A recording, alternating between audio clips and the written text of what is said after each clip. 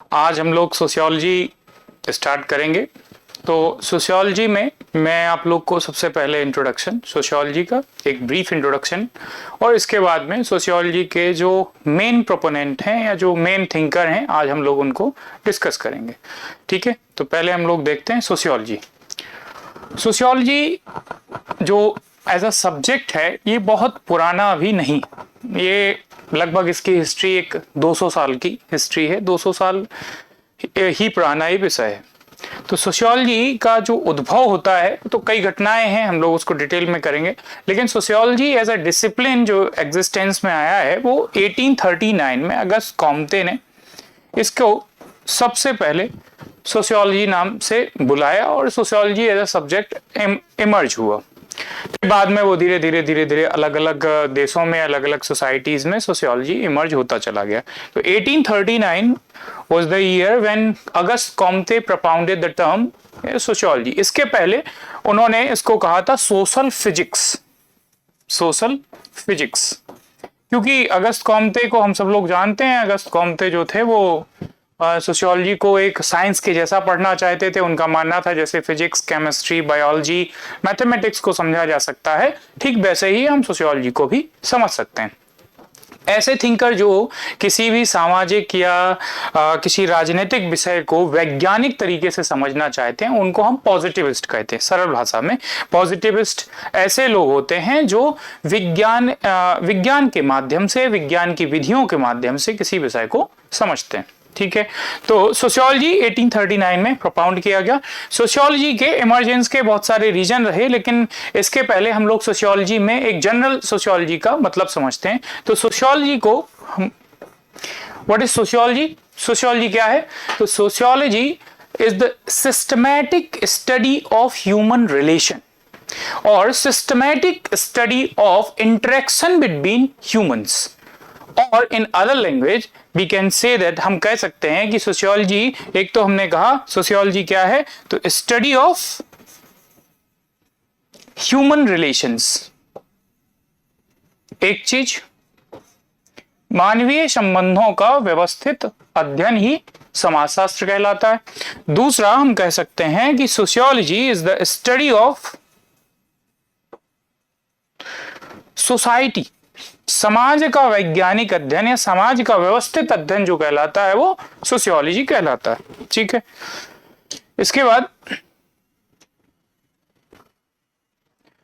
Sociology को अगर हम देखें तो सोशियोलॉजी दो शब्दों से मिलकर बना है। अगर इसको हम समझेंगे तो हम समझ सकते हैं कि सोशियोलॉजी वास्तव में है क्या।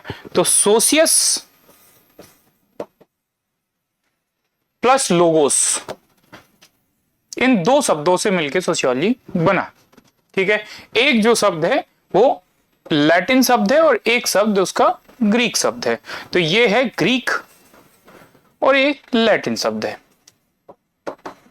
लोगोस का मतलब होता है डिसिप्लिन, डिसिप्लिन मतलब एक विषय है ना, या उसकी एक व्यवस्थित अध्ययन। और जबकि सोशियस जो है, सोशियस का मतलब होता है कंपेनियनशिप, कंपेनियनशिप मतलब कंपेनियनशिप को अगर हम हिंदी में कहें तो सहचर्य, मानवों के आपसी सहचर्य में जो भी अंतर संबंध हैं, जो भी उनके बीच में इंटरेक्शन हो रहा है, इन सभी के व्यवस्थित अध्ययन को हम समाजशास्त्र कहते हैं। ओके, अब सोशियोलॉजी हम कई सारे हमने वर्ड पढ़ते हैं। तो जैसे हम देखते हैं कि एक होता है वर्ड मोब, मोब मतलब भीड़, एक होता है सोसाइटी, एक होता है कम्युनिटी।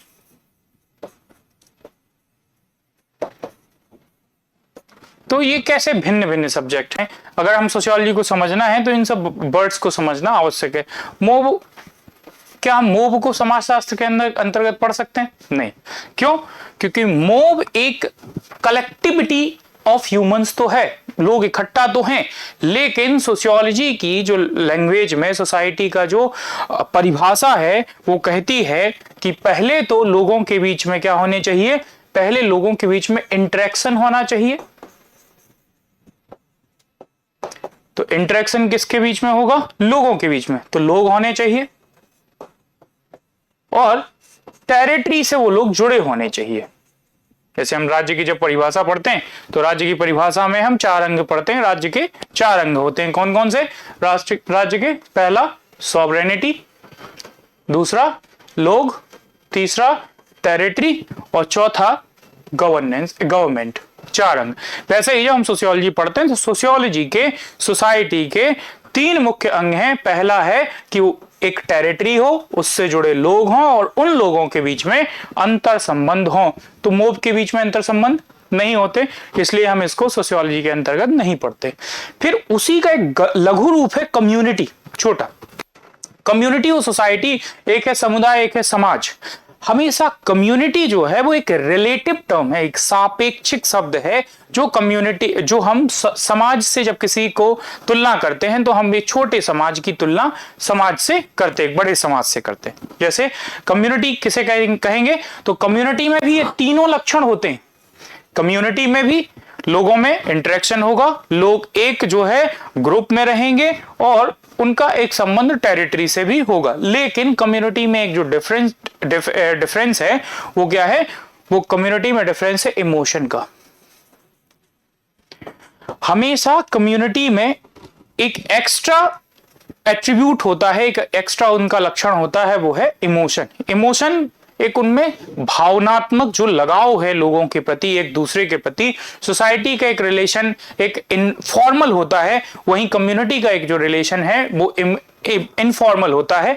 और कम्युनिटी में इमोशन का जो एंगल है वो बहुत ही ज्यादा पावरफुल होता है। इसीलिए जब हम सोसाइटी पढ़ते हैं तो उसमें जब कम्युनिटी को देखते हैं तो कम्युनिटी में एक चौथा पक्ष भी जुड़ जाता है, वो है इंटरेक्शन पीपल टेरिटरी के अतिरिक्त इमोशन। तो लोगों के बीच में इमोशन होता है और इस इमोशन को हम कह सकते हैं कैसा emotion?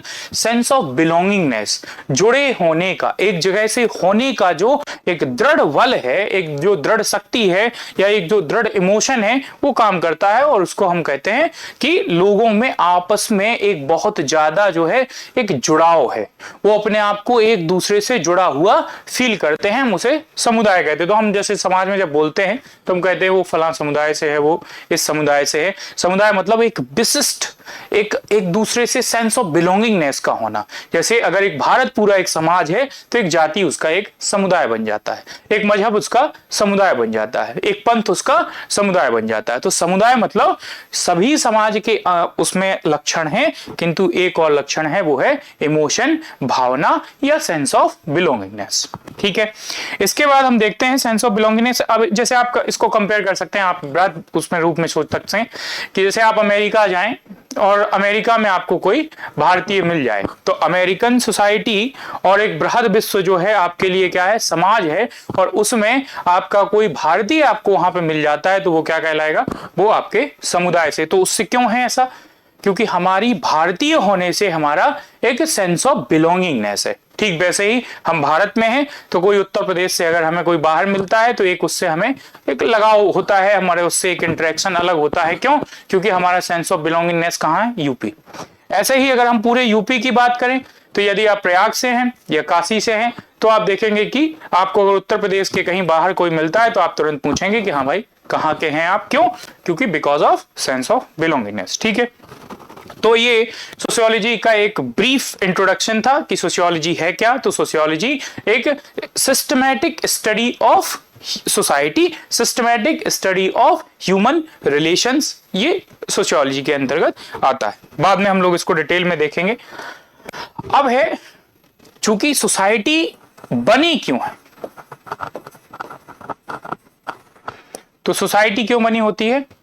To regulate the affairs of human beings, मनुष्य के आचरण, व्यवहार, मूल्यों को रेगुलेट करने के लिए, नियंत्रित करने के लिए समाज बना होता है।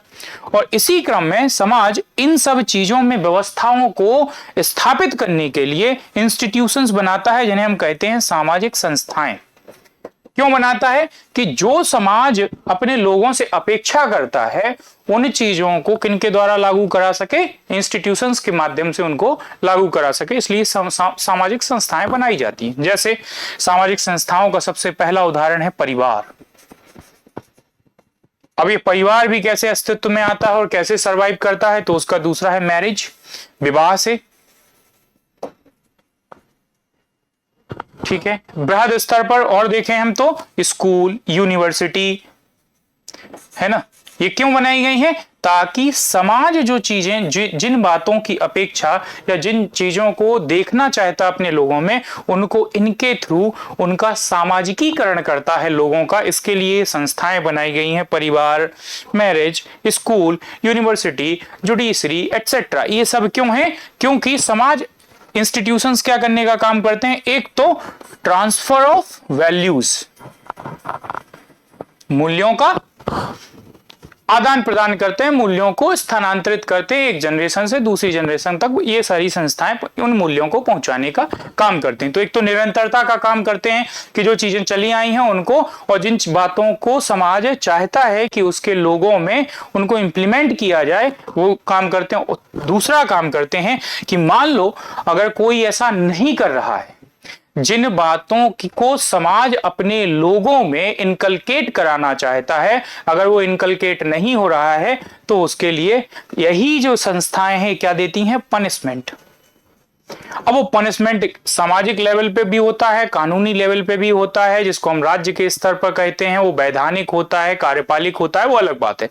लेकिन ये संस्थाएं जो इनफॉर्मल वो करती हैं, आप अगर परिवार के अकॉर्डिंग नहीं चल रहे हैं तो परिवार आपको पनिशमेंट देगा। वो पनिशमेंट अलग अलग टाइप के होते हैं। हम जानते हैं हमारी बहुत सारी चीजें किससे गवर्न होती हैं? हमारे परिवार से गवर्न होती हैं। जब हम स्कूल में होते हैं तो जो शिक्षक हमसे अपेक्षा करता है, जब हम उन अपेक्षाओं के अनुकूल कार्य नहीं करते तो वो हमारे ऊपर कुछ ना कुछ हल्की फुल्की कार्यवाही करता है और हमें अपने पे ले आता है। ठीक है, तो ये सारी चीजें क्या हैं? इसी समाज के द्वारा बनाई गई संस्थाओं ने हमको रेगुलेट। तो जैसे हमने पढ़ा कि what is sociology? Sociology is the study और systematic study of human interaction और systematic study of interaction among the people. ठीक है, तो इसके अध्ययन को ही हम समाजशास्त्र कहते हैं। अंतर संबंधों का जो व्यवस्थित अध्ययन है उसे हम समाजशास्त्र कहते हैं।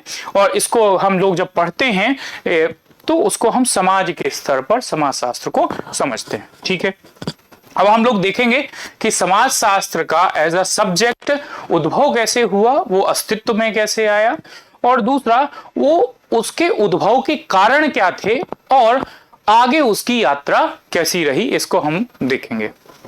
ठीक है, तो सबसे पहले सोशियोलॉजी एज अ सब्जेक्ट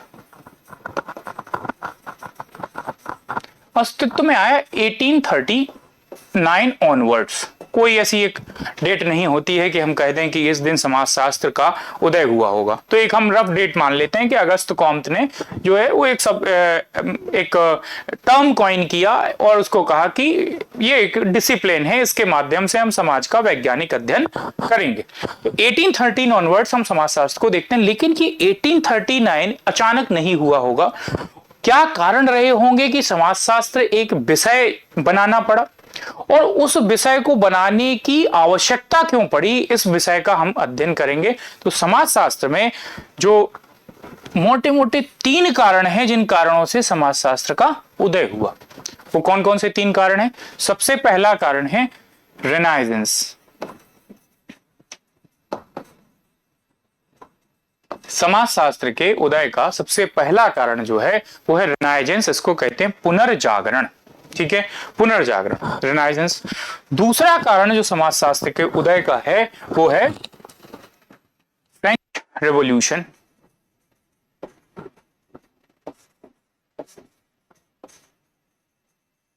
फ्रांसीसी क्रांति। तो एक तो है रेनाइजेंस, दूसरा है फ्रेंच रेवोल्यूशन, और तीसरा जो इसका रीजन है वो है इंडस्ट्रियलाइजेशन। इंडस्ट्रियलाइजेशन, औद्योगिकरण। ठीक है, इन तीनों कारणों को हम देखेंगे कि ये कारण क्या हैं और इन कारणों से कैसे समाजशास्त्र का उदय हुआ। तो सबसे पहले हम देखते हैं व्हाट इज रेनाइजेंस। आप सबने सुना होगा पुनर्जागरण के विषय में हिस्ट्री में। रेनाइजेंस, इसे हम रेनेसा पढ़ते हैं, रेनेसा, पुनर्जागरण। ठीक, पुनर्जागरण क्या है? तो रेनेसा का जो लिटरल मीनिंग है अंग्रेजी में, जिसको हम हिंदी में अगर कहें तो यह है नव जन्म, न्यू बर्थ। किसका नया जन्म? समाज का नया जन्म, मानव का नया जन्म। कैसे नया जन्म? तो हिस्ट्री में आप अगर देखेंगे तो 14th और 15th सेंचुरी के पहले, 14th century almost, 14th century के पहले का जो युग है यूरोप में, इसे कहते हैं डार्क एज। डार्क एज क्या है ये डार्क एज? तो डार्क एज वह समय है जब यूरोप में मेंटल फैकल्टी या रैशनल फैकल्टी या लॉजिकल फैकल्टी, मतलब बुद्धि और तर्क का शासन नहीं था। बुद्धि और तर्क के आधार पर समाज नहीं था। किसके आधार पर था? तो पूरा समाज, यूरोपीय समाज जो था वो चर्च के आधार पर था। मतलब जो चर्च कह रही है वही सही है, जो बाइबल में लिखा है वही परम सत्य है, और इसके अतिरिक्त अगर कोई कुछ कह रहा है तो ब्लास्फेमी कर रहा है, ईश निंदा कर रहा है, वह शैतान है। और ऐसा करके समाज में इनोवेशन, नवाचार या किसी भी नई चीज को आने से रोका गया। ठीक है, तो डार्क एज जो था एक बहुत बड़ा एक ब्लॉट है यूरोपियन हिस्ट्री के ऊपर। एक वेस्ट का पूरा जो एक बहुत बड़ा कालखंड है वो डार्क एज से भरा हुआ है। आप सबने उदाहरण सुने होंगे, ब्रूनो को जिंदा जलाया गया क्योंकि उसने साइंटिफिक कुछ थ्योरीज दी जो कि बाइबल की सिद्धांतों से मिलती नहीं थी। कैपलर, कोपरनिकस, इन सब को प्रोसिक्यूट किया गया केवल इस नाम से, क्योंकि उन्होंने जो विज्ञान के सिद्धांत दिए, जैसे रोटेटरी मोशन है, जैसे प्लेनेटरी मोशन है, इन सब विषयों को दिया तो बाइबल में थे नहीं। तो जो बाइबल के बाहर का विषय है वह सब क्या हो जाएगा? वह सब बेकार है, वह विषय ही नहीं है, क्योंकि वह बाइबल से वो शिक्षा नहीं मिलती है। तो उन सबको कहा गया कि ये सैटेनिक इनोवेशन है, यह शैतान का उत्पाद है, इसलिए इसको समाज से खत्म करना चाहिए और ये थ्योरी देने वालों को प्रोसिक्यूट करना चाहिए। तो ये थी डार्क एज। अब डार्क एज का खंडन करना चालू कब किया? जब ऐसे ही वैज्ञानिकों ने, जिनको हम अंग्रेजी में कहें तो मिनिस्कुल माइनॉरिटी, मिनिस्कुल माइनॉरिटी, ये क्या है मिनिस्कुल माइनॉरिटी? मतलब ये जो मुट्ठी भर लोग थे, ये मुट्ठी भर लोग जो वैज्ञानिक तर्क आधारित चीजों को मानना चाहते थे, इन्होंने अपना इनोवेशन नहीं छोड़ा, इन्होंने डिस्कवरीज नहीं छोड़ी, इन्होंने इन्वेंशंस नहीं छोड़े, वो लगातार काम करते गए और इन्होंने ये सिद्ध करके बता दिया कि बाइबल में जो चीजें लिखी हुई हैं वह चीजें विज्ञान परक नहीं है, अर्थात हमें उनको मानना नहीं चाहिए। फॉर एग्जाम्पल, गैलीलियो ने प्रोसिक्यूट होना स्वीकार किया, लेकिन जो उसने विज्ञान परक सिद्धांत दिए थे कि जो वर्ल्ड है वो सोलर सेंट्रिक है, मतलब हम जो सूर्य है उसके चारों ओर ग्रह घूमते हैं, ना कि पृथ्वी के चारों ओर सूर्य घूमता है। उसने कहा कि आप प्रोसिक्यूट कर सकते हैं, लेकिन हम जो विषय मानेंगे वो यही है जो मैंने देखा है। और आपको पता है पहली टेलीस्कोप भी गैलीलियो ने बनाई थी। इसके बाद और भी लोग आए, न्यूटन है, रेने डेकार्ट है। रेने डेकार्ट ने जैसे कहा, एक उसका बड़ा ही फेमस जो कोट है, उसने कहा कोगिटो एर्गो सम।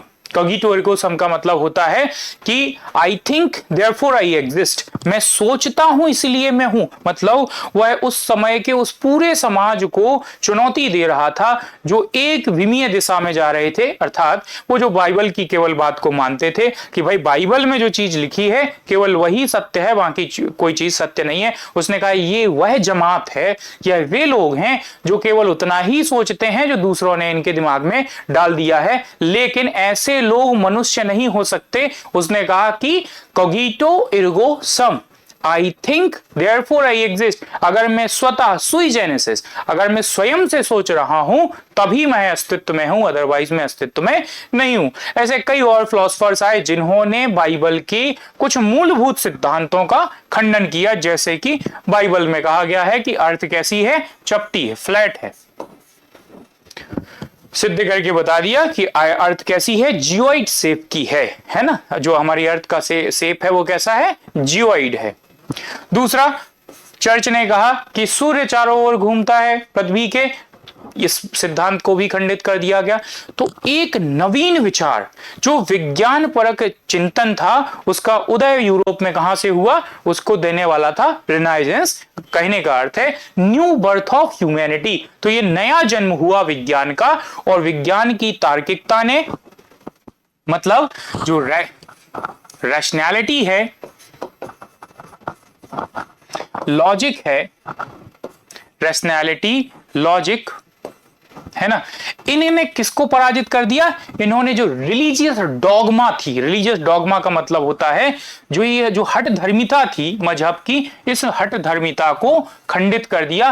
और जब कोई एक व्यवस्था समाप्त होती है तो एक नई व्यवस्था का जन्म होता है। तो ये जो रेनेसा था इसने जन्म दिया साइंटिफिक टेम्परामेंट, साइंटिफिक टेम्परामेंट।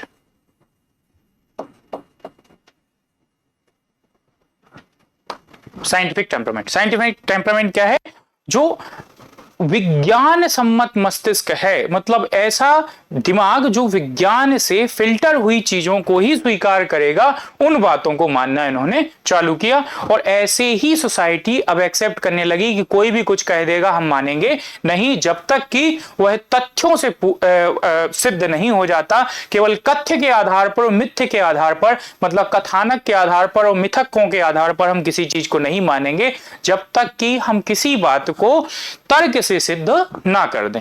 दूसरा, एक और यूरोप में एक आंदोलन चला जिसको बोलते हैं सस्पिशन। ठीक है, ये रेने डेकार्ट की ही जो मानने वाले थे, उन्होंने सस्पिशन, डाउट को प्रमोट किया कि डाउट करो, जितना अधिक शंका करोगे उतने अधिक ज्ञान को आप अर्जित करोगे। जो व्यक्ति डाउट नहीं करता वह वही है जो पहले से जो स्थापित मान्यताएं हैं उनको मान रहा है। ऐसे लोग जो हैं वह पूर्ण मानव नहीं हो सकते। पूर्ण मानव कौन है, जो तर्क के आधार पर किसी विषय को, विज्ञान के आधार पर किसी विषय को समझता हो। ठीक है, तो एक तो सस्पिशन आया, फिर साइंटिफिक टेम्परामेंट बना, और फिर समाज में जब ये सब बनेगा तो साइंस का विकास होगा। क्योंकि एक नया पुराना स्ट्रक्चर टूटा है। कौन सा स्ट्रक्चर टूटा है, जो चर्च आधारित समाज था, जो पोप आधारित समाज था, जो बाइबल आधारित समाज था, उसका अब जब वो टूटा तो उसके आधार पर विज्ञान परक, विज्ञान आधारित समाज की स्थापना की, साइंस उसके बेस में रखा गया। तो विज्ञान सबका बेस बना। अब इससे आप कहेंगे इससे सोशियोलॉजी का कैसे उदय हुआ, तो सोशियोलॉजी का उदय आप देखिए, इतनी बड़ी क्रांति हुई जिसने लोगों को चर्च की सत्ता से, पोप की सत्ता से, बाइबल की सत्ता से मुक्त कर दिया, लेकिन उसके बाद भी मानवों में इक्वालिटी नहीं आई। उसके बाद भी मानवता में अभी भी पीड़ा, अभी भी शोषण, अभी भी सामंतवाद, अभी भी राजशाही, ये सब चीजें विद्यमान थी और लगातार समाज में केओस मचा हुआ था, कॉन्फ्लिक्ट मचा हुआ था। तो इन बातों को लेकर अगस्त कॉम्ते के और अन्य जो सामाजिक चिंतक थे उनके मन में आया कि भाई ऐसा क्या है, वो ऐसे कौन से फोर्सेस हैं जिनके कारण रेनेसा तो हुआ लेकिन उसका लाभ अभी तक सब लोगों को नहीं मिल पाया। तो एक तो था कि रेनेसा होने के बाद जो रेनेसा से अपेक्षाएं थी वह अपेक्षाएं पूर्ण नहीं हुई, तो सबसे बड़ा रीजन। और दूसरा, रेनेसा ने दिमाग तो खोला लेकिन सबका उतनी मात्रा में वह दिमाग नहीं खुला। वह जो जिन सिद्धांतों का प्रतिपादन रेनेसा में हुआ वह सिद्धांत सभी वर्गों, सभी समाजों, सभी देशों तक अभी उतने पूर्ण रूप से नहीं पहुंच पाए। तो एक सबसे बड़ा रीजन है सोशियोलॉजी के उदय का, वह है रेनेसा। रेनेसा से उत्पन्न हुए विचार और उन विचारों का लोगों तक पर्याप्त मात्रा में ना पहुंच पाना, या हम कहें कि उसकी पूर्ण सफलता का ना दिखना, या जो अपेक्षित बदलाव थे वह समाज में देखने को ना मिलना। ठीक है, अब दूसरा जो समाजशास्त्र के उदय का कारण है वो है फ्रेंच रेवोल्यूशन, फ्रांसीसी क्रांति।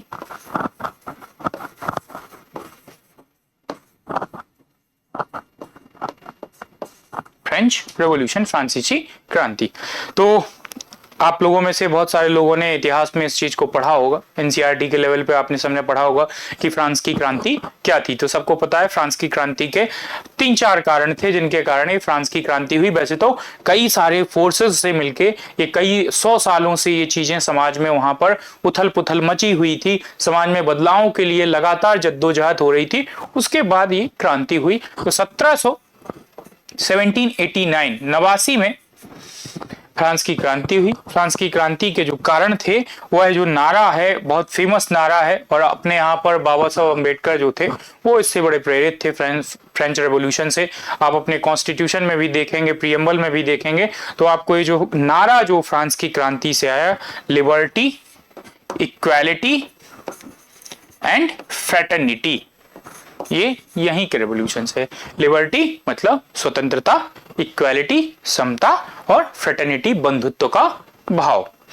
क्यों हुई फ्रेंच रेवोल्यूशन? फ्रेंच रेवोल्यूशन का सबसे बड़ा जो कारण था वो था feudal exploitation. Feudal exploitation, feudal exploitation क्या है? सामंतों के द्वारा समाज का शोषण करना। ठीक है, ये क्या सामंती व्यवस्था थी, वो शोषण कैसे होता था? तो फ्यूडल एक्सप्लॉइटेशन आप अगर देखेंगे फ्रांस के समाज को उस समय के, तो यहां पर 3 स्टेट थे, first state, second state and third state. First state में आता था रूलिंग क्लास, राजा और नोबल्स वगैरह, ये किस में आएंगे? या ब्यूरोक्रेट्स वगैरह, ये सब आएंगे फर्स्ट स्टेट EST। ठीक है, फर्स्ट स्टेट। सेकेंड स्टेट में क्लर्जी, जो चर्च से संबंधित लोग होते थे और जो पिटी बुर्जुआ होते थे, या समाज का जो मध्यम वर्ग, जो आप उसको बिशप कह लीजिए, क्लर्जी कह लीजिए, और जो छोटे छोटे से जो अधिकारी हैं, वो सब किस में आते थे? सेकंड स्टेट में आते थे। और ये जो थर्ड स्टेट था, इसमें बाकी समाज के सारे लोग आते थे थर्ड स्टेट में। इन स्टेट्स को सबसे ज्यादा प्रिविलेज था, इनके पास में टैक्स ना देना, बड़े बड़े भूमि पर इनका अधिकार था, समाज में और अन्य प्रकार के इनके पास में प्रिविलेजेस थे। जबकि जो ये थर्ड स्टेट था, जो कि समाज का लगभग 85% था, इसके पास में सारी लायबिलिटीज थी, सारे ऑब्लिगेशंस थे, सारी ड्यूटीज थी। मतलब टैक्स पे इनको करना है, समाज में श्रम इनको करना है, लेकिन इन्हें क्या नहीं मिलेगा? इनको प्रिविलेजेस नहीं है, इन्हें रिकॉग्निशन नहीं है। लोगों ने बाद में आप सबने पढ़ा है कि वो टेनिस कोर्ट की ओथ और लेफ्ट और राइट बनना, ये सब इतिहास के विषय है कि कैसे जो है फ्रांस की क्रांति में लोगों ने पहले राजा से डिमांड की कि भाई सबके ऊपर टैक्स लगना चाहिए, क्योंकि उस समय का जो फ्रांस था वो इकोनॉमिक क्राइसिस से जूझ रहा था। लोगों ने राजा से रिक्वेस्ट की कि भाई अगर टैक्स लगे तो सबके ऊपर लगे, और दूसरा हम लोगों का भी प्रतिनिधित्व होना चाहिए राजा के पास में। केवल ऐसा नहीं है कि राजा केवल 2 लोगों की बात सुनेगा, राजा 3 लोग की बात सुने, तीनों स्टेट की बात सुने, और सबको वोटिंग, मतलब वहां पर सबको तो वोटिंग यूनिवर्सल एडल्ट फ्रेंचाइज नहीं थी, लेकिन डिसीजन मेकिंग में होता क्या था कि अगर 250 सदस्य इनके हैं तो 1 वोट इनका माना जाता था, और 250 सदस्य इनके हैं तो 1 वोट इनका माना जाता था, और 500 सदस्य इनके हैं तो 1 वोट इनका माना जाता था। मतलब सदस्य इनकी भी 1 वोट, इनकी भी 1 वोट, इनके 500 मेंबर होने के बावजूद भी 1 वोट, तो सबको बराबर वोटिंग का भी राइट होना चाहिए, ताकि अगर कोई डिसीजन मेकिंग होती है तो उस डिसीजन मेकिंग में सबका इक्वल शेयर रहे। लेकिन ये सब चीजें मानी नहीं गई। वहां पर जो 2 वर्ग थे वो इकट्ठा हो गए और उन्होंने कहा कि थर्ड स्टेट को हम ये सब राइट्स नहीं देंगे। राजा भी उनके साथ में, लुइस 16 इन्वॉल्व था, और राजा ने, रानी का तो एक बहुत फेमस स्टेटमेंट है कि अगर रोटी खाने को नहीं मिलती तो केक खा लो। मतलब इतना ज्यादा वो लोग गफलत में थे कि उन्हें जो लोअर लेवल पे क्या अंडरस्टैंडिंग है, क्या चल रहा है, कोई समझ उनको नहीं थी। उन्हें केवल चिंता अपने प्रिविलेजेस की थी। तो इस फ्रेंच रेवोल्यूशन से जो ये 3 शब्द आए, liberty, equality and fraternity,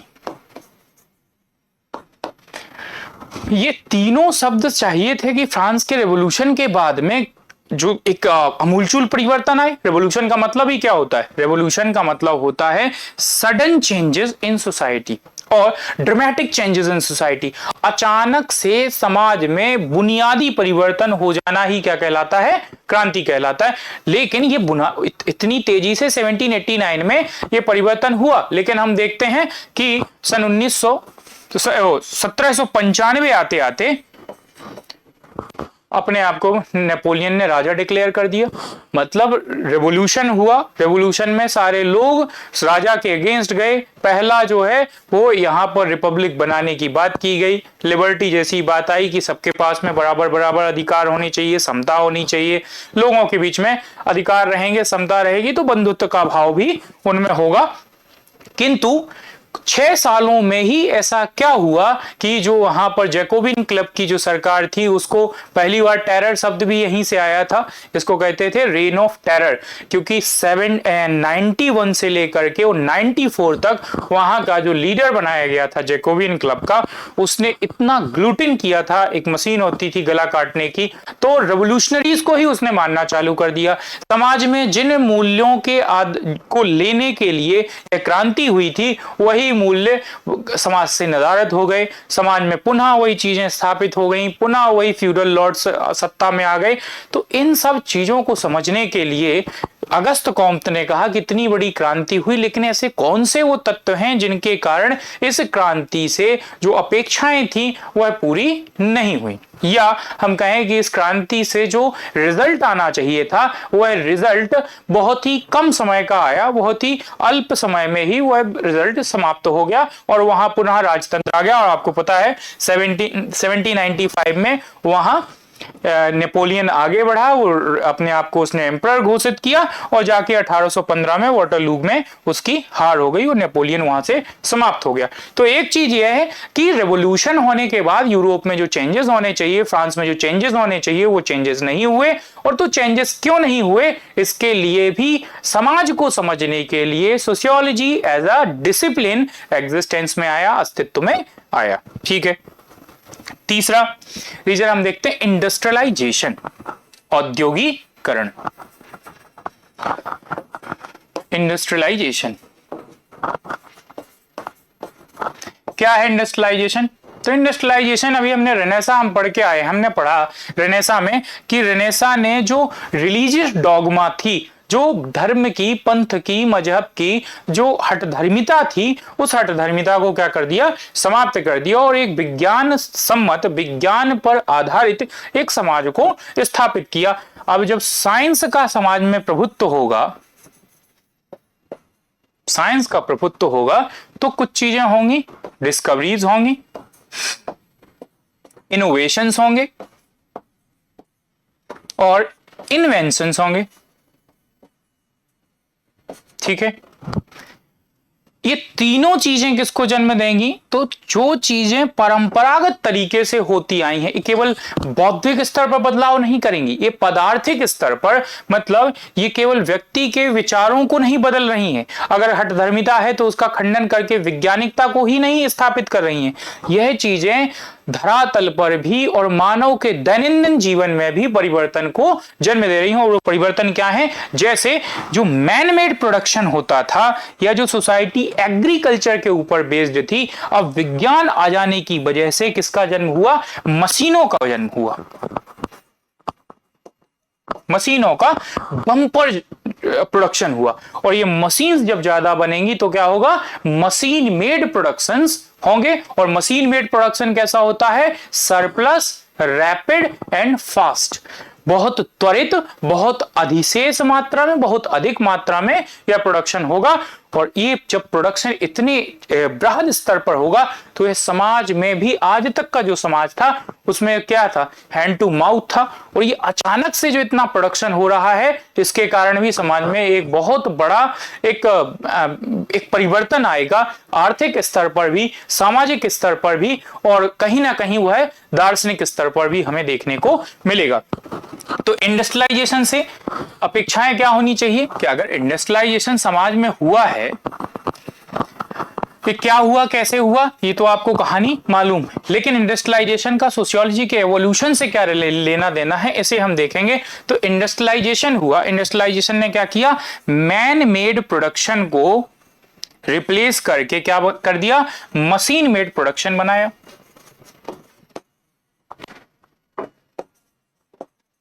man made production से मशीन मेड प्रोडक्शन हो गया।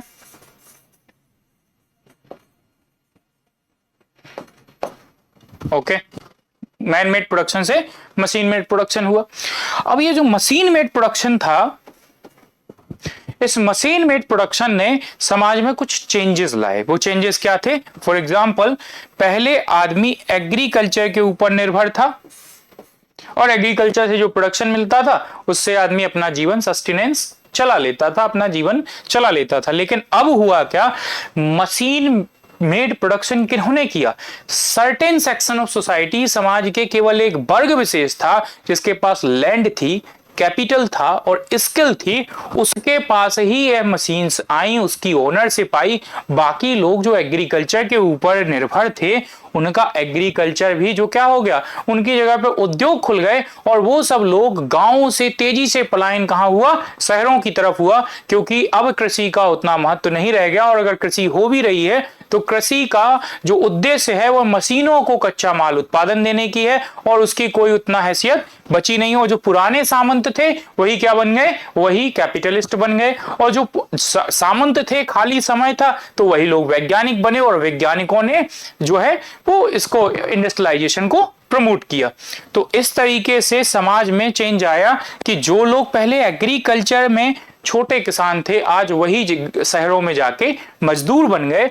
और चूंकि आपको पता है जब सप्लाई अधिक हो और डिमांड कम हो तो प्रोडक्ट का रेट क्या हो जाता है, कम हो जाता है। ठीक वैसे ही मजदूरों की आवश्यकता क्या है, इंडस्ट्रीज में कम है, लेकिन उनकी अवेलेबिलिटी, उनकी जो मतलब उनकी अवेलेबिलिटी है वह सबसे ज्यादा है। इसलिए मजदूरों को औने पौने दाम पर क्या किया गया, रखा गया उद्योगों में और उनसे मनमाने ढंग से काम कराया गया।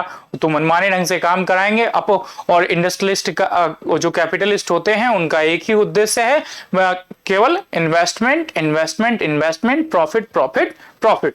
इसके आधार पर उनको इससे मतलब नहीं है कि क्या ह्यूमन राइट्स हैं, क्या है क्या नहीं है। और उस समय का समाज एकदम डिफरेंट था, तो एक्सप्लॉइटेशन होना चालू हुआ। तो औद्योगिकरण से जो अपेक्षाएं थी वह यह थी कि हर हाथ को काम मिलेगा, हर पेट में रोटी होगी और सबको जो है स्वतंत्रता मिलेगी, क्योंकि भाई अब एग्रीकल्चर से बढ़कर हम उद्योगों पे आ गए हैं तो अब जीवन थोड़ा ठीक होना चाहिए। लेकिन हमने देखा कि और स्थिति प्रिकैरियस हो गई और बड़ी भयावह स्थिति हो गई और समाज में और ज्यादा जो हैव्स और हैव नॉट्स की खाई है, जो शोषित और वंचित लोग हैं वह और ज्यादा शोषण और वंचना का शिकार होने लगे। इसको लेकर भी लोगों में चिंतन हुआ कि वे ऐसे कौन से तत्व हैं, वह ऐसे कौन से समाज में फोर्सेस हैं जो इंडस्ट्रियलाइजेशन में जो चीजें उत्पन्न होना चाहिए थी, जो समाज में चीजें आनी चाहिए थी वह नहीं आई। और इंडस्ट्रियलाइजेशन भले ही साइंटिफिक उसके ऊपर आधारित हो, वह अभी भी मानवों का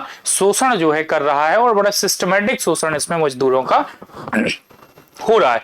तो इस प्रकार से हमने 3 रीजन देखे कि समाजशास्त्र के जो इमरजेंस है उसके 3 कारण थे। पहला रेनाइजेंस, दूसरा फ्रेंच रेवोल्यूशन और तीसरा इंडस्ट्रियल रेवोल्यूशन।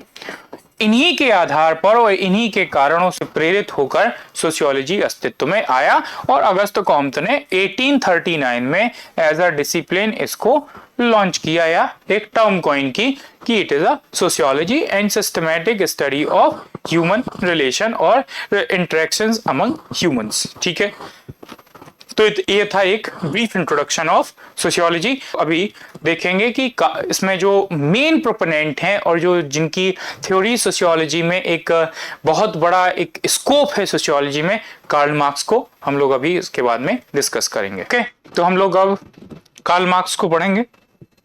आज अभी के लेक्चर में हम लोग कार्ल मार्क्स का बैकग्राउंड,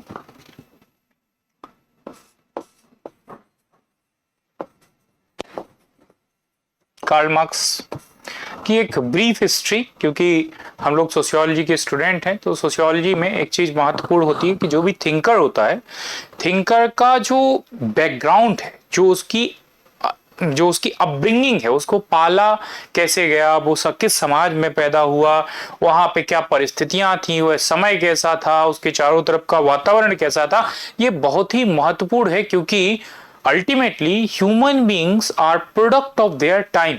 जो मानव होता है वह अपने समाज का एक उत्पाद होता है, समाज के समय का एक उत्पाद होता है और समाज का भी अपना एक उत्पाद है और उसमें जो चीजें चल रही होती हैं उसके माइंड के ऊपर बहुत ज्यादा असर करती हैं। इसलिए जैसे अमर्त्य सेन ने कहा है कि human beings are embedded self. Embedded है ना, एम्बेडेड मतलब धंसे हुए, मतलब एम्बेडेड का मतलब होता है जैसे ये आपका एक तरबूज है, तो तरबूजे में ये जो बीच बीच में ये जो बीज है उसका सीड है, ये क्या है, एम्बेडेड है। मतलब बीज को आप इसके फ्लैश से अलग नहीं कर सकते हो, क्योंकि वह उसमें एकदम धसा हुआ है, ठीक है। और उसका अस्तित्व किससे है, इसके चारों तरफ के इसके वायुमंडल से है, इसके वातावरण से। ठीक वैसे ही मानव भी कैसा होता है, वो एक एम्बेडेड सेल्फ है, अपने समाज में एकदम धसा हुआ होता है। उसमें जो कुछ होता है उसके समाज का होता है, और वो जो कुछ होता है वो अपने समाज का होता है, ठीक है। तो कार्ल मार्क्स का एक हम लोग ब्रीफ एक तो बैकग्राउंड देखेंगे कार्ल मार्क्स, और साथ ही साथ कार्ल मार्क्स का एक आज हम लोग थ्योरी पढ़ेंगे जो सबसे उसकी आधार है, जिससे हम लोग उसके विचारों को समझ पाएंगे, वह है हिस्टोरिकल मटेरियलिज्म।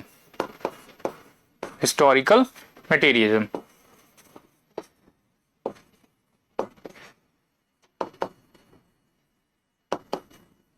ओके। तो सबसे पहले स्टार्ट करते हैं कार्ल मार्क्स के ऊपर। और कार्ल मार्क्स, जैसा हमने कहा कि उसके समाज को पढ़ना, उसके समय को पढ़ना, उसके परिवार को पढ़ना, ये बहुत आवश्यक है, क्योंकि कार्ल मार्क्स जो कुछ भी है वो रिजल्ट ऑफ इवेंट्स और result of his time, result of his society and result of his religion है। वह अपनी इन सभी चीजों का एक मिला जुला उत्पाद है। सो चालू करते हैं। सबसे पहले कार्ल मार्क्स का जो समय है वो कौन सा है, 1818 में कार्ल मार्क्स पैदा हुआ। ये समय है जब यूरोप में इंडस्ट्रियलाइजेशन अपने चरम पर है। और इंडस्ट्रियलाइजेशन में हो क्या रहा है, इंडस्ट्रियलाइजेशन में जो कैपिटलिस्ट क्लास है वो लगातार वृद्धि करता जा रहा है और सरप्लस जो है प्रोडक्शन कर रहा है। वहीं दूसरी ओर मजदूरों का बहुत ज्यादा शोषण हो रहा है, समाज में तेजी से बदलाव आ रहे हैं, और यह जो हैव्स और हैव नॉट्स की खाई है यह भी बढ़ती हुई जा रही है। तो जैसे हम देखते हैं कार्ल मार्क्स के पूरे थिंकिंग में हमें मजदूरों की चिंता देखने को मिलती है, तो उसके आसपास का समाज समय कौन सा है, उसके समय में इंडस्ट्रियलाइजेशन तेजी से हो रहा है, एक चीज। दूसरा, कार्ल मार्क्स का जो परिवार है, कार्ल मार्क्स की जो फैमिली थी वो बेसिकली ज्यूइश फैमिली थी, है ना, ज्यूस फैमिली। ज्यूस से मतलब है यहूदी समाज से वो लोग थे, और यूरोप में उस समय पे ज्यूस का जो है प्रोसिक्यूशन बहुत होता था। ये अब्राहमिक रिलीजन में आपसी डिस्प्यूट है, क्रिश्चियंस ज्यूस का क्रिश्चियन से, क्रिश्चियन और ज्यूस का इस्लाम से, और इस्लाम का इन दोनों से। तो ये ज्यूस को वो मानते हैं कि वो कुछ रिलीजियस कॉजेस के लिए जिम्मेदार हैं, इसलिए उनका लगातार प्रोसिक्यूशन होता था। और जहां पर जन्म हुआ जर्मनी में, वहां उसने अपने आसपास बचपन से ही कहानी के रूप में या किसी भी रूप में ये सुना था कि कैसे जर्मन क्रिश्चियंस जो हैं वो ज्यूस को प्रोसिक्यूट करते हैं, उनको यातनाएं देते हैं। क्यों? Because of being religiously juice होने की वजह से उनको कैसे यहाँ पर प्रताड़ित किया जाता है। तो इसी वजह से जो कार्ल मार्क्स के दिमाग में रिलीजन को लेकर एक जो छवि बनी वो एक नकारात्मक छवि बनी। वह मजहब को, जैसे उसने अपने कोटेशन में कहा कि religion is the opium of masses, जो पंथ है, मजहब है, वो क्या है, वो भीड़ के लिए एक अफीम का काम है। मतलब उसके दिमाग में इसकी कोई पॉजिटिव ही नहीं है कि ये नैतिक है, इसमें कोई मूल्य है, कुछ मान्यताएं हैं, कुछ अच्छा है। उसने कहा ये क्या है, अफीम है। क्यों? क्योंकि उसने अपने व्यक्तिगत अनुभवों से ये देखा था, और उसके परिवार को भी जबरदस्ती कन्वर्ट किया गया था इन क्रिश्चियनिटी। तो बाद में उसकी परिवार को क्रिश्चियनिटी में कन्वर्ट किया गया।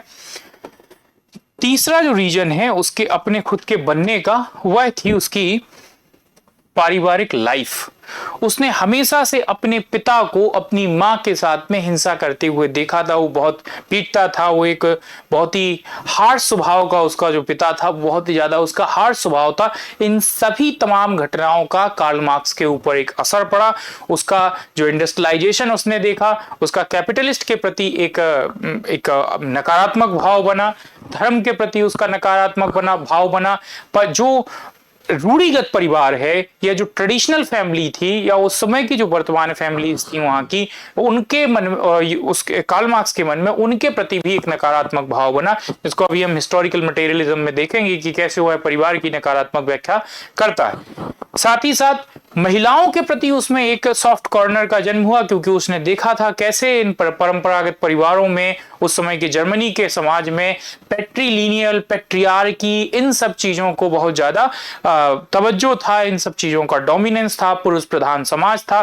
तो महिलाओं के प्रति भी उसमें एक सॉफ्ट कॉर्नर हमें देखने को मिलता है। तो कार्ल मार्क्स जो एक रफली अगर हम देखें तो कार्ल मार्क्स 3 चीजों से उसकी जो थ्योरीज हैं वो गवर्न होती हैं। सबसे पहले उसका समय, और उसके समय में क्या हो रहा है, इंडस्ट्रियलाइजेशन, जिसने कि समाज में अमूलचूल परिवर्तन किए हैं। वो परिवर्तन क्या है, जो एग्रीकल्चरल लेबरर हैं वो अर्बन एरियाज में जाकर वहां पर स्लम में रह रहे हैं, छोटे छोटे से घेटोज बन गए हैं, जिनमें वो जैसे स्लम हम देखते हैं, घेटोज, ये घेटो टर्म यहीं से आया है।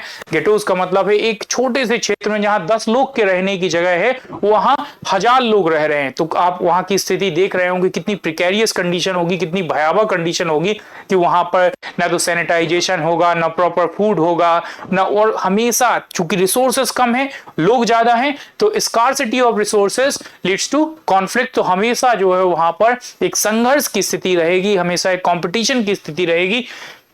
और उसने साथ ही साथ यह भी देखा है कि जो कैपिटलिस्ट क्लास है वो कैसे मशीन के ऊपर कब्जा किए रहने से, कैसे कैपिटल के ऊपर उसका स्वामित्व होने से, कैसे भूमि के ऊपर उसका स्वामित्व होने से वह समाज और राज सत्ता को भी अपने हाथ में रखी हुई है। फिर इसके बाद में उसका जो रिलीजन को लेकर उसका जो मोटिव बना कि ज्यूस होने के नाते या कोई भी रिलीजन है वह अपनी कुछ एक चीजों को सेटिस्फाई करता है, और रिलीजन जो है वो मासेस को गवर्न करने के लिए बनाया गया एक भ्रम मात्र है, जो कि कार्ल मार्क्स के हमें दर्शन में देखने को मिलता है। और अगेन फिर उसके जो परिवार की जो स्थितियां हैं, परिवार की समाज में जो स्थितियां हैं, उसका भी कार्ल मार्क्स के जीवन पर एक बहुत बड़ा प्रभाव पड़ा। तो हम देखते हैं कार्ल मार्क्स का हिस्टोरिकल मटेरियलिज्म। हिस्टोरिकल मटेरियलिज्म पढ़ने से पहले अगर हम एक चीज को समझें, पूरे कार्ल मार्क्स के दर्शन को अगर आपको देखना है तो आप अगर 2 चीजों को समझ लेंगे तो आप पूरे मार्क्स के दर्शन को आराम से समझ लेंगे। ये उसका वैसे खंडन है वेबर के द्वारा और ग्रेमची के द्वारा बाद में किया गया। वो 2 बातें क्या हैं, सबसे पहला है इकोनॉमिक डिटर्मिनिज्म, इकोनॉमिक डिटर्मिनिज्म, और दूसरा है कंजर्वेटिव टीलियोलॉजी, कंजर्वेटिव टीलियोलॉजी। ये हम लोग हर जगह पे देखेंगे, लेकिन आप अगर इसको भी समझ लेंगे तो आपको एक पूरे कार्ल मार्क्स के अध्ययन को आप सरल हो जाएगा, उसको आप आराम से समझ सकते हैं। हर जगह आपको ये दोनों ही चीजें देखने को मिलने वाली हैं। इकोनॉमिक डिटर्मिनिज्म क्या होता है? इकोनॉमिक डिटर्मिनिज्म का अर्थ है आर्थिक निर्धारणवाद। प्रत्येक घटना, इतिहास में हुई प्रत्येक जो है घटना को आप किससे जोड़ देते हैं कि वो घटना क्यों हुई है? Because of economy, because of earth, जो आर्थिक गतिविधियां हैं उसके कारण वो सारे परिवर्तन आए हैं। तो प्रत्येक घटना का आधार मार्क्स के हिसाब से क्या है? वो आर्थिक गतिविधियां हैं कि आर्थिक गतिविधियों में, आर्थिक गतिविधियों के ऊपर कोई प्रभाव पड़ा, इसलिए वह ऐसी घटना घटित हुई। दूसरा है कंजर्वेटिव टीलियोलॉजी, इसको बोलते हैं संकीर्ण प्रायोजनवाद। संकीर्ण प्रायोजनवाद क्या है? संकीर्ण प्रायोजनवाद कहते हैं कि जब आप अपनी बात को सिद्ध करने के लिए तमाम जगहों से तर्कों को लेके आते हैं और अपनी बात को सिद्ध कर देते हैं, उस बात को कहते हैं कंजर्वेटिव टीलियोलॉजी। तो ये 2 अध्ययन के कहें या मार्क्स के हम आइडियोलॉजी के कहें, ये 2 बहुत ही अभिन्न हिस्से हैं। बाद में ग्रैमची ने इन चीजों को समझाने की कोशिश की, वेबर ने इसी के आधार पर इसका क्रिटिसिज्म भी किया। ठीक है, तो हम देखते हैं हिस्टोरिकल मटेरियलिज्म। हिस्टोरिकल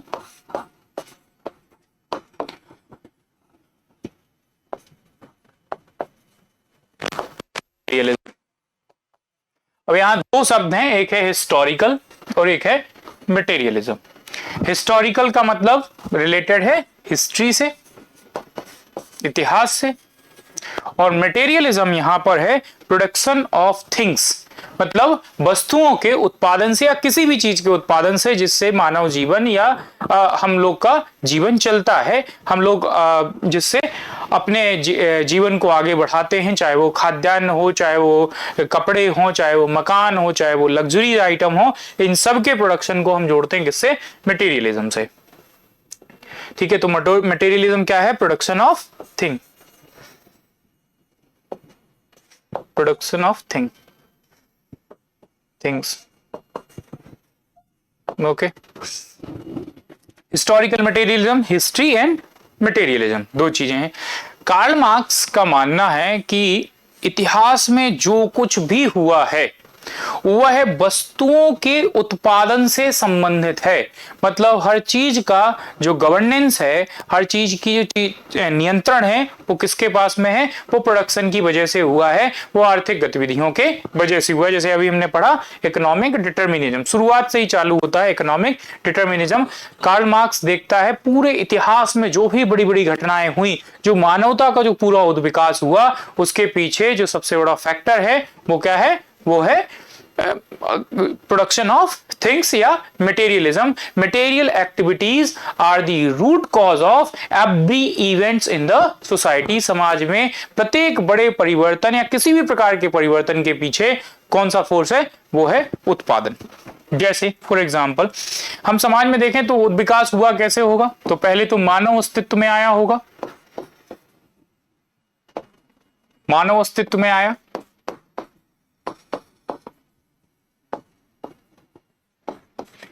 दूसरा मानव अस्तित्व में आया, तो मानव अस्तित्व में आने के बाद में मानव ने क्या किया होगा? समाज बनाया होगा, सोसाइटी अस्तित्व में आई, सोसाइटी अस्तित्व में आई, साथ ही साथ परिवार भी, परिवार अस्तित्व में आया। तीसरा परिवार के बाद में राज्य बना होगा, स्टेट अस्तित्व में आया होगा, ठीक है, राज्य अस्तित्व में आया। और राज्य के साथ साथ समाज में जो जो वर्गीकरण है, जो स्तरीकरण है या संस्तरीकरण है, जिसे हम अंग्रेजी में कहते हैं स्ट्रेटिफिकेशन, यह भी अस्तित्व में आया। समाज में हायरार्कीज बनना चालू हुई, क्योंकि जैसे जैसे समाज विकसित हो गया, होता गया, समाज जटिल होता गया, तो समाज में स्ट्रेटिफिकेशन भी आया। मार्क्स का मानना है ये सभी घटनाएं क्यों हुई हैं? सभी घटनाएं ये किसके आधार पर हुई? आर्थिक गतिविधियों के आधार पर यह बातें सब अस्तित्व में आई। ओके, तो इसके पहले कि हम इन सब घटनाओं का मार्क्स का एक्सप्लेनेशन देखें, पहले हम हिस्टोरिकल मटेरियलिज्म की हिस्ट्री देख लेते हैं कि हिस्टोरिकल मटेरियलिज्म की हिस्ट्री क्या है। History of historical materialism, history of historical materialism, हम लोग HM लिखेंगे historical materialism, history of historical materialism. Karl Marx ने अपने किसी भी जो भी उसके जितने भी उसने किताबें लिखी, उन किसी किताब में उसने ऐसे कोई सब्जेक्ट या ऐसे कोई थ्योरी के रूप में या टॉपिक के रूप में या टर्म के रूप में कभी हिस्टोरिकल मटेरियलिज्म का नाम यूज नहीं किया। लेकिन मार्क्स के जो विचार थे हिस्ट्री ऑफ ह्यूमन हिस्ट्री को लेकर, कि मानव इतिहास के उद्विकास को लेकर जो उसके व्यू थे, उन व्यूज को देखते हुए ह्यूमन हिस्ट्री के ऊपर जो उसके व्यूज हैं, उन व्यूज को एक जगह सुव्यवस्थित समझाने के लिए सबसे पहले इस शब्द का उपयोग जो किया वो प्लखनेव ने किया। प्लखनेव एक रशियन पॉलिटिकल थिंकर हैं, ये मेंटोर हैं लेनिन के, लेनिन इनके जो है शिष्य थे। इन्होंने सबसे पहली बार इस शब्द का यूज किया था हिस्टोरिकल मटेरियलिज्म। लेकिन उनसे भी पहले ह्यूमन हिस्ट्री को या मार्क्स के व्यूज क्या थे, ह्यूमन हिस्ट्री कैसे एक्सप्लेन की जा सकती है, उसको समझाने के लिए जो सबसे पहली बार इस शब्द को या इस कंसेप्ट को समझाया वो थे फ्रेडरिक एंजल्स। तो प्लखनेव ने शब्द को दिया, हिस्टोरिकल मटेरियलिज्म शब्द को दिया, और एंजल्स ने इसको सबसे पहली बार ह्यूमन हिस्ट्री को व्यवस्थित ढंग से समझाया। उनकी एक पुस्तक है सोशलिज्म,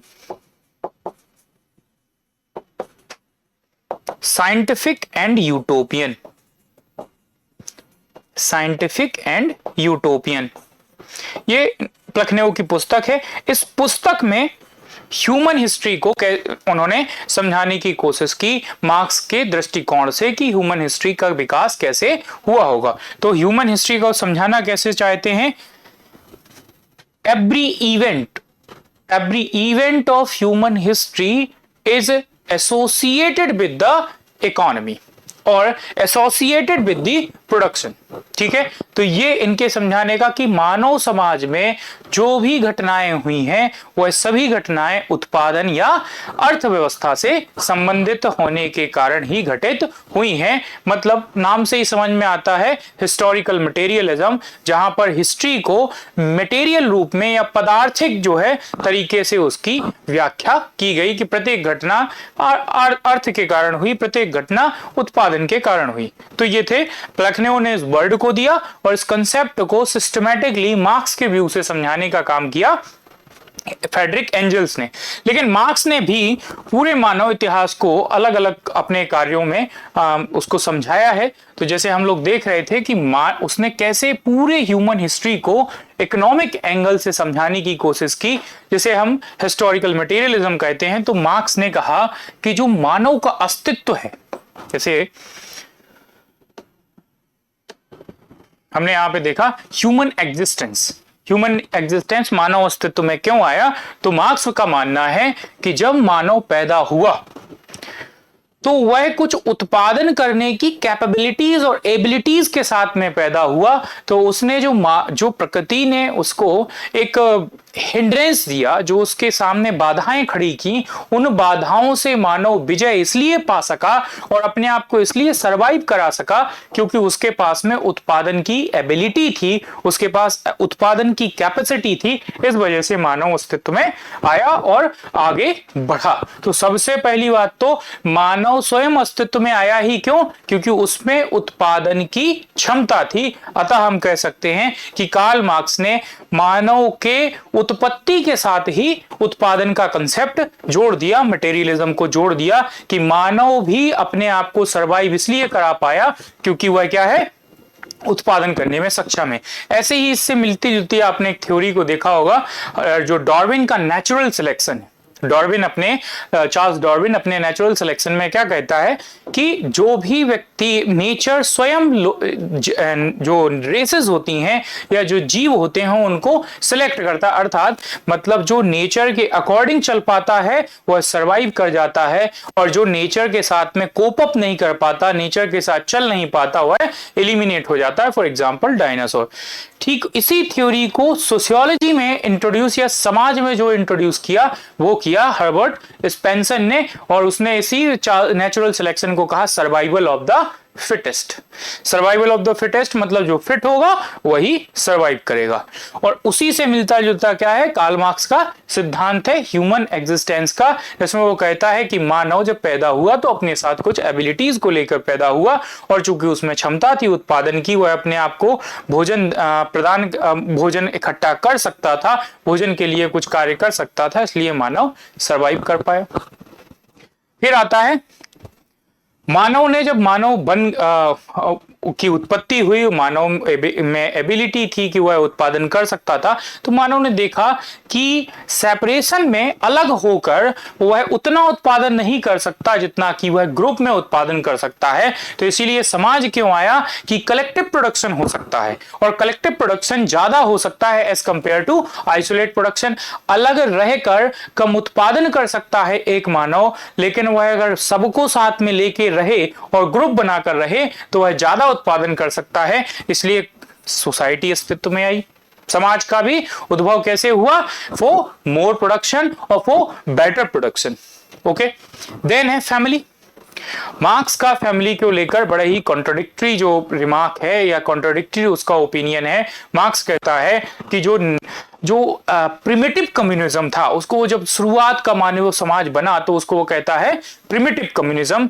एक प्राचीन जो साम्यवाद था उसमें क्या व्यवस्था थी कि कम्युनिज्म ऑफ वाइफ भी था कि किसी पत्नी का कोई पति नहीं, मतलब एक महिला कई पुरुषों के साथ रहती थी और कई पुरुष एक महिला के साथ रहते थे, जिसके कारण से कौन किसका बच्चा है यह फिक्स कर पाना इम्पॉसिबल था। और दूसरा, लोगों ने चूंकि प्रोडक्शन बहुत किया इसलिए उनके पास में सरप्लस प्रोडक्शन हुआ, उनके पास में धन संचय हुआ, तो उनको ये लगा कि यह जो धन है यह किसको मिलना चाहिए, उनके अपने एयर अपरेंट को, मतलब उनके अपने उत्तराधिकारी को मिलना चाहिए। लेकिन ये बात कैसे तय होगी, क्योंकि वहां कम्युनिज्म ऑफ वाइफ है, मतलब पत्नियों का साम्यवाद है, और उसमें कोई किसी कौन किसका बच्चा है ये तय कर पाना, जो पैट्री लीनियल जो चीजें हैं उसको तय कर पाना बड़ा ही मुश्किल था। इस वजह से तय हुआ कि एक महिला एक पुरुष के साथ में अगर शादी करेगी तो यह जो बच्चा होगा उसका पैट्रीलिनियर जो है तय किया जा सकता है, और उस आधार पर अब वह अपनी संपत्ति को अपने ही पुत्र को या पुत्री को ट्रांसफर कर सकता है। तो फैमिली भी क्यों आई, to transfer the property to his or her own air apparent, अपने स्वयं के उत्तराधिकारी को ये संपत्ति ट्रांसफर की जा सके, इसलिए फैमिली अस्तित्व में आई। तो कार्ल मार्क्स ने परिवार का भी जो उत्पत्ति है वो किससे जोड़ा, प्रोडक्शन से, इकोनॉमी से जोड़ा। बाद में राज्य को भी वो उसने कहा कि जो बड़े लोग थे, जो संभ्रांत हो गए, जो पावरफुल थे, जो ज्यादा उत्पादन कर सकते थे, उन्होंने समाज की व्यवस्था को सारा अपने हाथ में ले लिया और उन्होंने ही राज्य बनाया। राज्य उनके हित के लिए था, ताकि वह राज्य से कानूनी ढंग से या अधिकृत ढंग से क्या कर सकें, शोषण कर सकें। इसलिए राज्य भी ऐसे ही लोगों के हाथ में चला गया। फिर है समाज में जो तमाम प्रकार के जो वर्गीकरण आए, क्लासिफिकेशंस आए, ये भी किसके आधार पर आए, स्ट्रेटिफिकेशन के आधार पर। कैसे, जो डोमिनेंट था, जो पावरफुल था, डोमिनेंट पावरफुल कौन, जिसके पास में ज्यादा सोर्सेस ऑफ प्रोडक्शन थे, या हम कहें कि जो ज्यादा प्रोड्यूस कर सकता था वो कहां पे आ गया सोसाइटी में, वो टॉप पे पहुंच गया, और जो वीक था इसमें वह नीचे आ गया। और यहीं से कंसेप्ट उत्पन्न हुआ स्ट्रेटिफिकेशन का। ठीक है, तो जो सारे जितनी भी समाज में बड़े बड़े इवेंट्स हुए हैं कार्ल मार्क्स के हिसाब से, वह सबके सब क्यों हुए हैं, because of history, because of materialism. और एक चीज जो है इससे स्ट्रेटिफिकेशन से जुड़ी हुई है कि स्ट्रेटिफिकेशन में जो लोग पावरफुल थे वो टॉप पे पहुंचे, और जो लोग वीकर थे वो बॉटम पे आ गए। And this leads to exploitation. जो बहुत ज्यादा पावरफुल था, जिसके पास में रिसोर्सेस के ऊपर अपना कंट्रोल था, उसने किसका एक्सप्लॉइटेशन करना चालू किया, जो लोग कमजोर थे। और ये एक्सप्लॉइटेशंस की वजह से, ये जो एक्सप्लॉइटेशन चालू हुआ उसकी वजह से समाज में केओस और कॉन्फ्लिक्ट पैदा हुआ। केओस एंड कॉन्फ्लिक्ट पैदा हुआ, एक संघर्ष और एक कोलाहल जैसी स्थिति पैदा हुई। और इस संघर्ष और कोलाहल से जो वीकर सेक्शन है उसका अपर सेक्शन से लड़ाई चालू हुआ या संघर्ष चालू हुआ, और उससे समाज में और सोशल चेंजेस आते चले गए। तो हम कह सकते हैं this economic determinism of Marx is termed as historical materialism by Plekhanov. तो इसी मार्क्स का जो आर्थिक निर्धारणवाद का जो सिद्धांत है, इसको प्लखनेव ने संज्ञा दी ऐतिहासिक पदार्थवाद या हिस्टोरिकल मटेरियलिज्म। और समाज में जितने सामाजिक बदलाव आए हैं वो किसकी वजह से आए हैं, कॉन्फ्लिक्ट की वजह से आए हैं। कॉन्फ्लिक्ट क्यों हुआ, क्योंकि समाज में संस्तरीकरण है, समाज में स्ट्रेटिफिकेशन है, जहां पर जो अपर स्ट्रेटा पे व्यक्ति है वह लोअर स्ट्रेटा पे खड़े हुए व्यक्ति का एक्सप्लॉइटेशन करता है। इसकी वजह से समाज में द्वंद्व पैदा होता है। जैसे कि सोशल चेंजेस की अगर हम बात करें और हिस्टोरिकल इवेंट्स की हम बात करें, तो जैसे समाज में पहले क्या था, मास्टर एंड स्लेव। ठीक है, मास्टर और स्लेव हुआ करते थे, जो स्वामी और उनके दास हुआ करते थे। इनमें भी क्या हुआ, यहां भी कुछ कॉन्फ्लिक्ट हुआ, लेकिन ये कॉन्फ्लिक्ट किसके बीच में हुआ, मास्टर्स वर्सेस मास्टर हुआ, मतलब माइनॉरिटी वर्सेस माइनॉरिटी हुआ। तो कुछ चेंज आया। तो आपने देखा राजा से कौन सी व्यवस्था आई, फ्यूडलिज्म आया।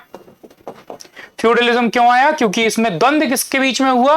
ये सामाजिक परिवर्तन क्यों हुआ? क्योंकि कॉन्फ्लिक्ट हुआ। कॉन्फ्लिक्ट क्यों हुआ? क्योंकि समाज में जो है वो वर्गीकरण था। लेकिन यह द्वंद्व किसके लिए हुआ?